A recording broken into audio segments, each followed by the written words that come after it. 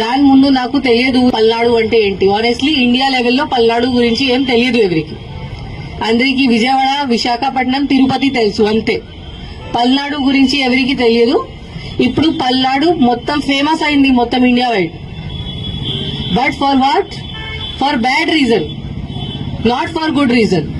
Good reason లో ఉంటే that is very good. But ఎందుకు? నరసరావుపేటలో ఇంత జరిగింది, మాచర్లలో ఇంత జరిగింది. అందరికీ తెలుసు మాచర్ల అంటే ఏంటి, నరసరావుపేట అంటే ఏంటి. దీని ముందు ఎవరికి no knowledge about Palnadu, Narasaraopet, Macherla. అది బాగానే ఉందా? బాగలేదు కదా. అట్లా ఉండాలా? లేదు కదా.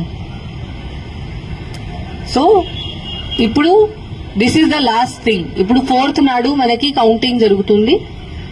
ఇక్కడ Narasaraopet parliamentary constituency head quarter ఉంది. ఇక్కడే జరుగుతుంది కౌంటింగ్. దగ్గర మన టౌన్ బయటనే ఉంది కౌంటింగ్ వెన్యూ. ఇప్పుడు అందరూ చూస్తున్నారు. ఎలక్షన్ కమిషన్ కూడా నిన్న ఒక వీసీ చేసి ఆంధ్రప్రదేశ్ ది రివ్యూ చేయడం జరిగింది.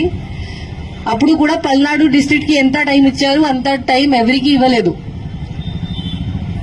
ఇంత కాన్సన్ట్రేట్ చేశారు పల్నాడు డిస్ట్రిక్ట్ మీద.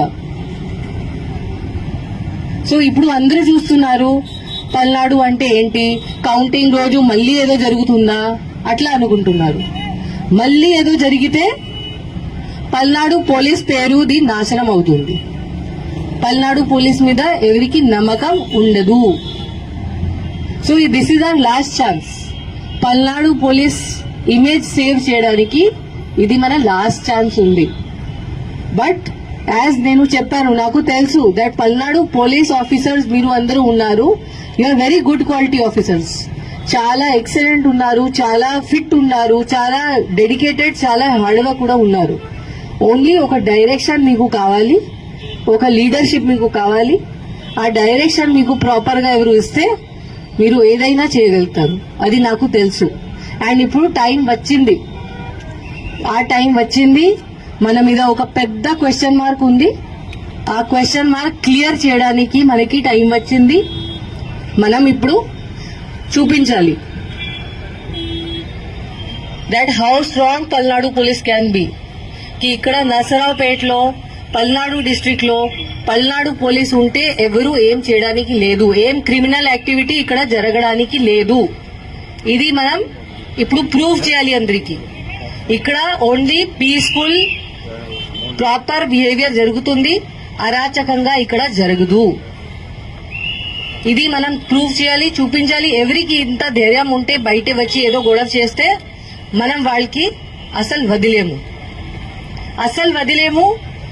ఎవరైనా ఎనీథింగ్ మన ఇన్స్ట్రక్షన్స్ ఎవరు ఫాలో చేయకపోతే, వాళ్ళు బయట వచ్చి గొడవ చేస్తే, మన 144 కూడా ఉంది, ఇప్పుడు కూడా ఉంది. ఇప్పుడు పబ్లిక్ బెనిఫిట్ కోసం మనం ఇంత స్ట్రిక్ట్ గా ఇంప్లిమెంట్ చేయట్లేదు. బికాస్ దానివల్ల చాలా మంది innocent persons, small shop keepers ఉన్నారు, వాళ్ళకి చాలా నష్టం జరుగుతుంది. కాబట్టి మనం ఇప్పుడు రిలాక్స్ అయ్యాము.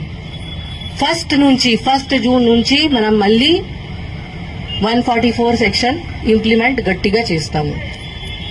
అప్పుడు ఎవరు బయట తిరిగితే ఆర్ ఎవరు ఎనీ ఇల్లీగల్ యాక్టివిటీ చేస్తే, ఇక్కడ మద్యం తాగితే బయట రోడ్ మీద రౌడీజం చేస్తే, ఇప్పుడు కూడా రోడ్ మీద రౌడీజం, ఎనీ టైప్ ఆఫ్ క్రిమినిటీ ఎవరైనా చేస్తే క్రిమినల్ బిహేవియర్, అది మనం అస్సలు యాక్సెప్ట్ చేయము.